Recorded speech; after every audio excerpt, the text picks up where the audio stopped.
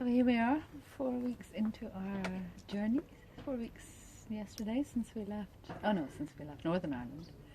Yeah, And Owen is extremely stressed.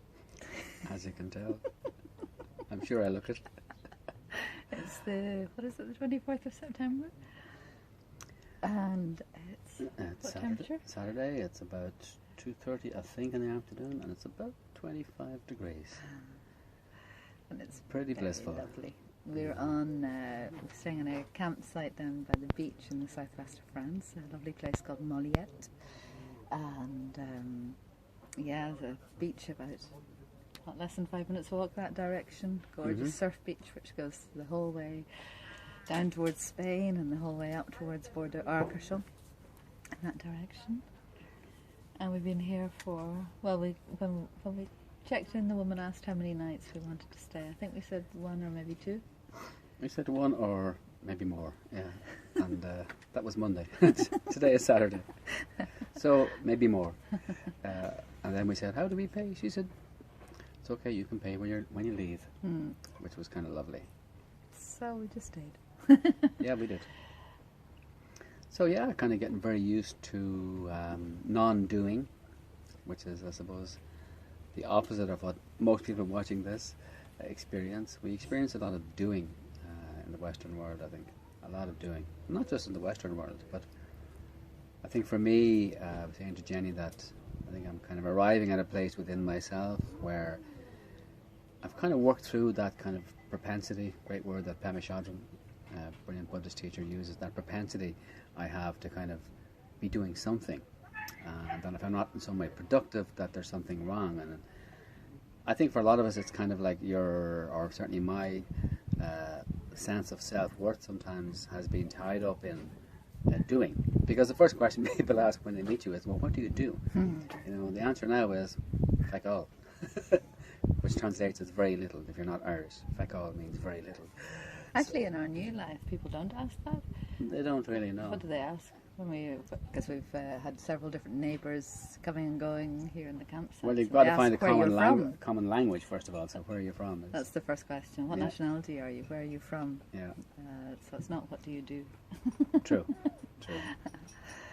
So yeah, we're just kind of sinking into that non-doing. Yeah. But it's not completely non-doing. We're still running businesses. Oh, So we've yeah, got our yeah. business in Belfast, our wellbeing centre in Yeah, Belfast. absolutely. I'm Yeah. still running the Positive Living Network, which runs events across Ireland. Owen's still running his HQ process course.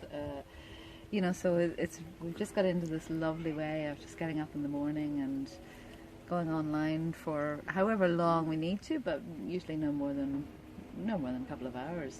Yeah. Catching up with emails, doing whatever we need on the social media or the Yeah.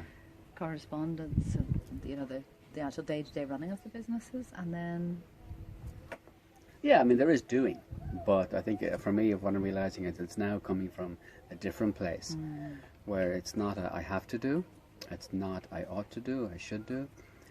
There's no stress in it, there's no pressure, there's no deadlines, which is really interesting.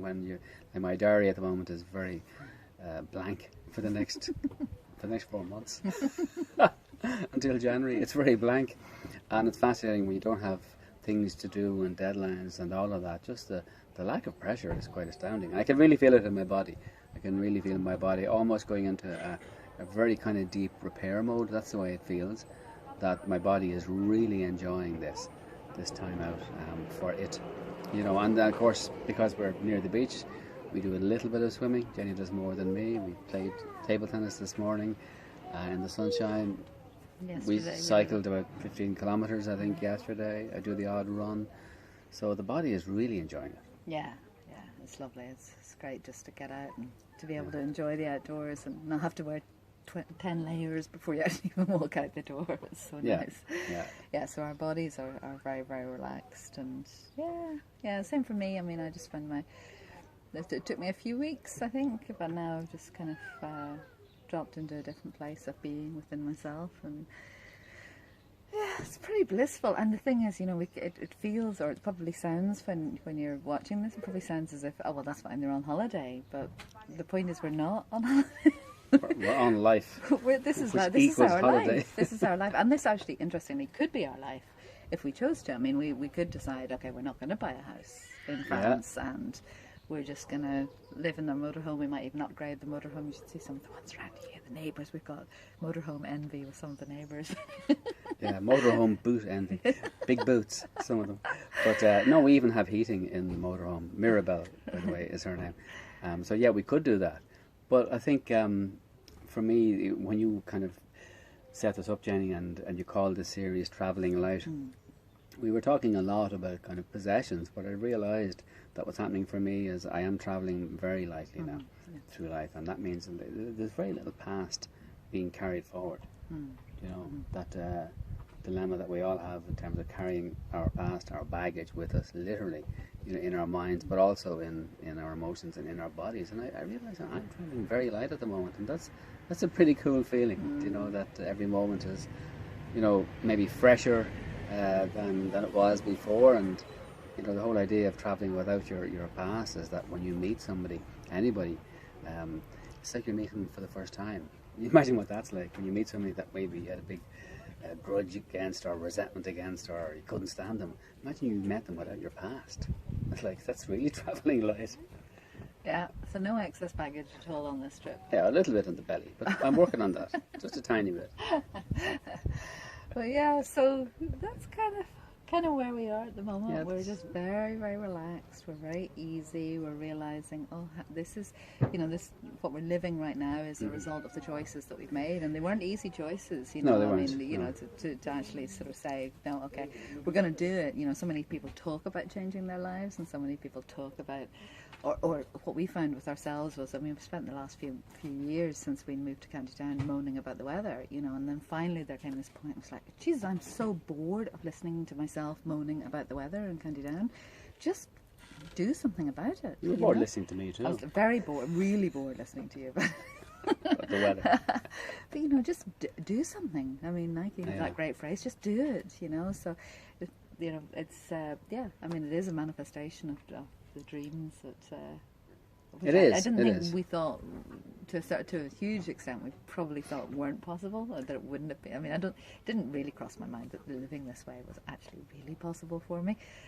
But that's what I find most interesting, that you know, we didn't plan it. So even in setting up our wellbeing centre in Belfast 5 years ago, we had no idea that would translate into a business that we could manage from a laptop with the odd visit home and so on quite easily. Yeah. So it's like, but also with that, I think for anybody who is in business or who is an entrepreneur, if you really want to travel light, you've got to let go of control.